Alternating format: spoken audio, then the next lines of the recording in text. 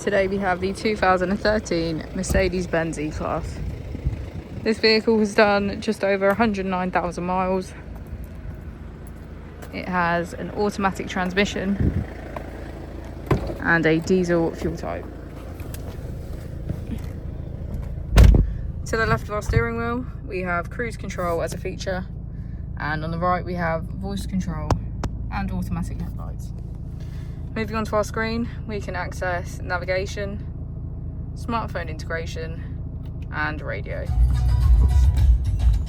If we put the vehicle into reverse, we can see that it comes with a parking camera with parking sensors. Just below we have our dual zone climate control with heated seats on either side. As we go into the back of the vehicle, we can see that it has a full leather black interior and get a good view of our panoramic roof.